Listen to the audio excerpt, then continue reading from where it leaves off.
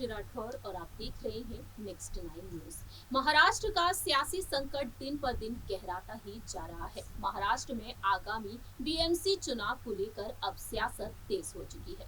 जैसा कि आप जानते ही हैं कि शिवसेना के प्रमुख उद्धव ठाकरे अपनी सत्ता को गंवा चुके हैं और मौजूदा समय में मुख्यमंत्री हैं एकनाथ शिंदे। डिप्टी सीएम देवेंद्र फडणवीस के साथ मिलकर वह जो फैसले ले रहे हैं उन फैसलों को लेकर विपक्ष लगातार यहाँ पर उन पर निशाना साधते हुए भी दिखाई दे रहा है।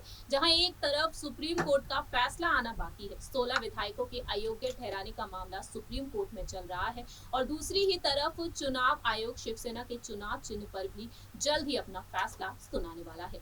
27 सितंबर को अब अगली सुनवाई होने वाली है, लेकिन इसी बीच यहाँ पर आदित्य ठाकरे डंकी की चोट पर कई बड़े ऐलान कर रहे हैं, तो वहीं पलटवार करते हुए नजर आए हैं अब डिप्टी सीएम देवेंद्र फडणवीस। जी हाँ, आपको बता दें आदित्य ठाकरे ने एक बार फिर से यहाँ पर एकनाथ शिंदे की सरकार पर निशाना साध दिया है।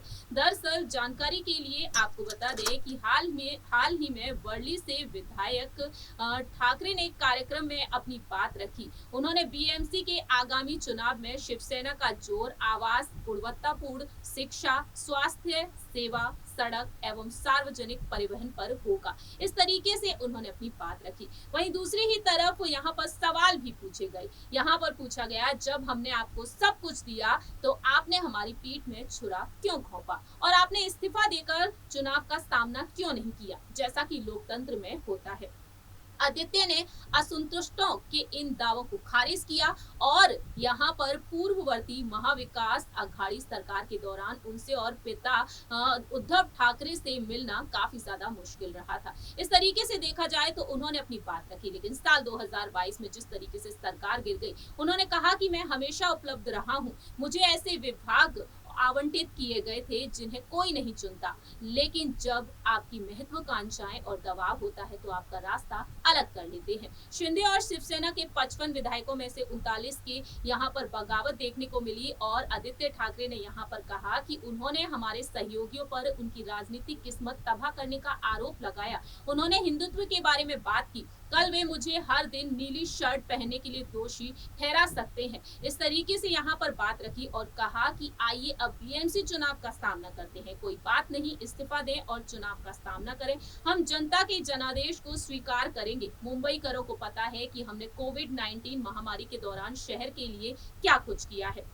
इस तरीके से आदित्य ठाकरे ने डंके की चोट पर ये बातें कही, लेकिन अब डिप्टी सीएम देवेंद्र फडणवीस ने पलटवार किया है, उन्होंने तगड़ा जवाब दिया है। दरअसल जानकारी के लिए आपको बता दें कि उप मुख्यमंत्री देवेंद्र फडणवीस ने कहा है कि शिवसेना में विभाजन के लिए उनकी कार्यशैली जिम्मेदार रही। उनका मानना रहा है कि वरिष्ठ एनसीपी नेता अजीत पवार पर भरोसा करना सबसे बड़ी राजनीतिक भूल थी। पीठ में छुरा घोंपने का बदला लेने के लिए जरूरी था कि व्यक्ति लंबे समय तक जीवित रहे। साल 2019 में जिस तरीके से फडणवीस और पवार ने राज्य के मुख्यमंत्री और उप मुख्यमंत्री के तौर पर शपथ ली थी, लेकिन 80 घंटे बाद ही सरकार गिर गई थी। फडणवीस का कहना रहा है कि राज्य के हालिया राजनीतिक उथल-पुथल के लिए केवल उद्धव ठाकरे को दोषी ठहराया जाना चाहिए और शिवसेना में विभाजन उनकी कार्यशैली की वजह रही है। देवेंद्र फडणवीस ने यह भी कहा है कि महाराष्ट्र में राजनीतिक हार और संकट के लिए केवल उद्धव ठाकरे ही जिम्मेदार हैं। 30 से 40 विधायकों ने महाविकास अघाड़ी गठबंधन को छोड़ दिया और उन्हें इसके बारे में जानकारी नहीं थी।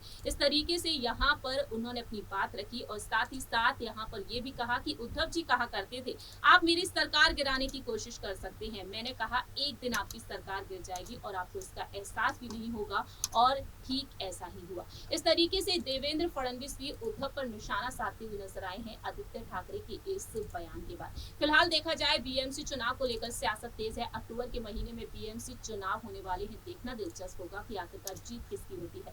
इस रिपोर्ट में इतना ही, बाकी की तमाम अपडेट्स के लिए देखते रहिए नेक्स्ट 9 न्यूज।